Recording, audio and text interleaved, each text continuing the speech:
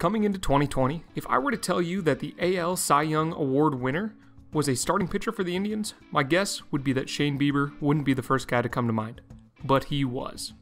In today's video, we are going to dive into the changes Bieber made between the 2019 and 2020 season to set him up for winning this award.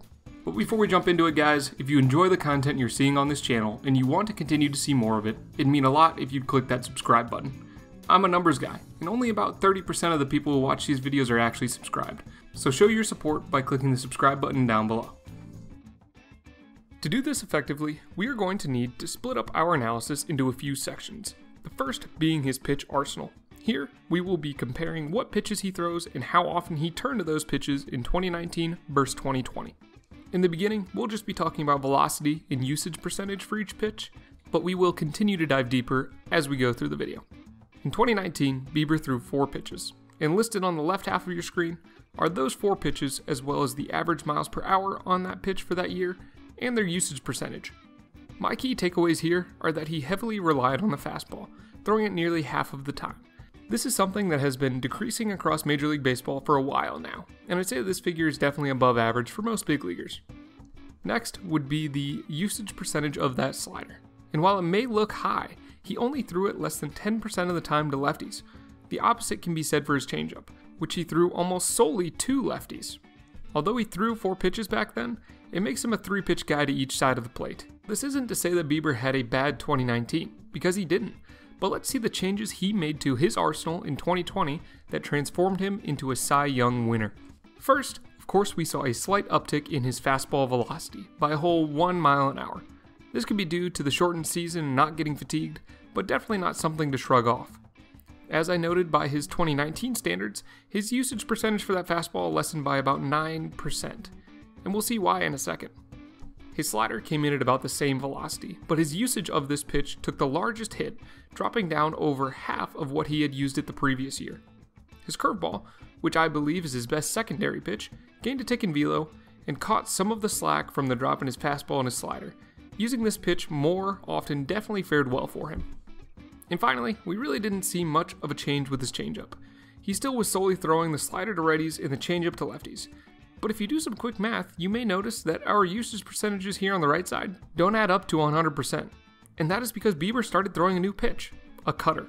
This new pitch was one that he threw pretty consistently to both lefties and righties, at just under 90 miles per hour. It gave him another dimension and changed him from a 3-pitch guy to each side of the plate to a 4-pitch guy. That's huge in this game, especially for starters who need to face the lineup multiple times. This addition, in my opinion, is a huge reason he was able to see the success he did this past season. But before we move on from this section, let's take a look at the pitch movement profile changes we saw from 2019 to 2020. Here is Bieber's pitch movement plot, courtesy of Brooks Baseball, from 2019. You can see that his fastball and his changeup have quite a bit of separation, which is pretty good. His slider is pretty much a gyro spin pitch, and his curveball is nearly a 12-6 breaker.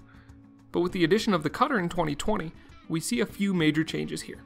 The fastball and the changeup remained relatively the same. The changeup got a little bit more depth to it, lowering the induced vertical break by about an inch or so. And of course, then there's the addition of the cutter, that added a whole new dimension to his arsenal. Due to that addition, he opted to create a little bit more depth on his slider to create a little bit more separation from that cutter since each had a good amount of gyro spin. As for the curveball, this is the pitch I see the most change with.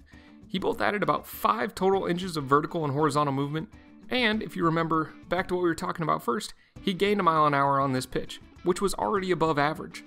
That means he has a pitch that moves more, and he throws it harder. No wonder we saw that pitch much more often than we did in 2019. Before we move on to the next section, let's recap some of the changes we talked about here. 1. His fastball velocity gained up a tick, and that definitely helps. He was able to throw that pitch a little bit less with the addition of the cutter, and that's huge for facing a lineup multiple times through. He was able to keep left-handed hitters and right-handed hitters on their toes with the ability to throw more pitches both ways. The increased movement and velocity made his curveball, without a doubt, his best secondary option, and he took advantage of that by throwing it more than he ever has. And that's what I see from a pitch development end, just by breaking down the numbers. But that's only half the story. Let's take a look at where he threw his pitches to see if that had any effect on his success this past season. Moving on to where Shane, located his pitches the past 2 seasons, I found some interesting stuff. This information comes from another free MLB data source, Baseball Savant.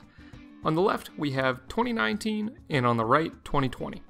There are quite a few differences here, so let's break this down pitch by pitch, starting again with our fastball. The first thing I notice is that in 2020, he wasn't often targeting the bottom half of the zone as he did in 2019.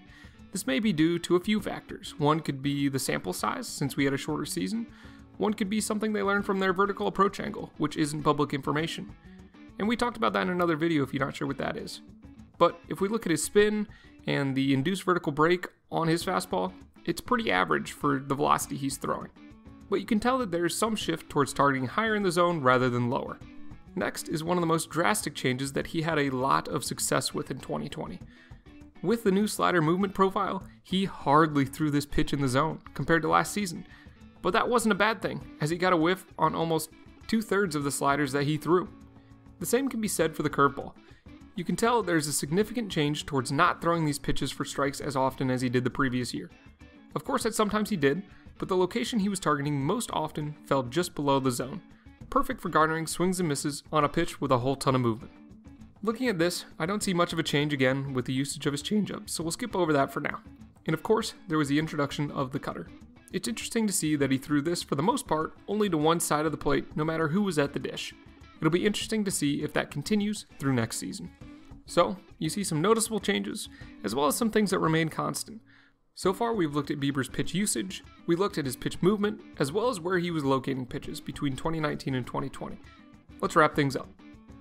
To be a Cy Young Award winner, a whole lot goes into that.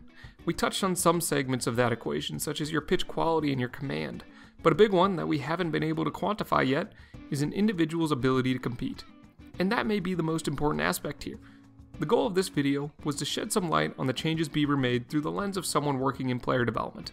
And you'll notice that throughout the entire video, we didn't touch on the results that Bieber had on the field, although they were pretty outstanding.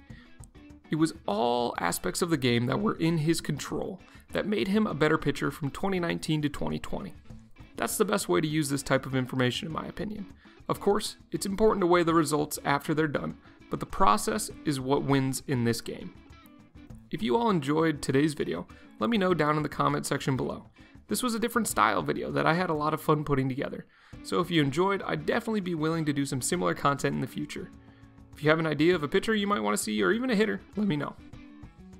Thanks for tuning in to today's video, guys. If you enjoyed, please hit that subscribe button. If you want to keep learning more, here's a video and a playlist that I think you'd enjoy checking out. I'll catch you in the next one.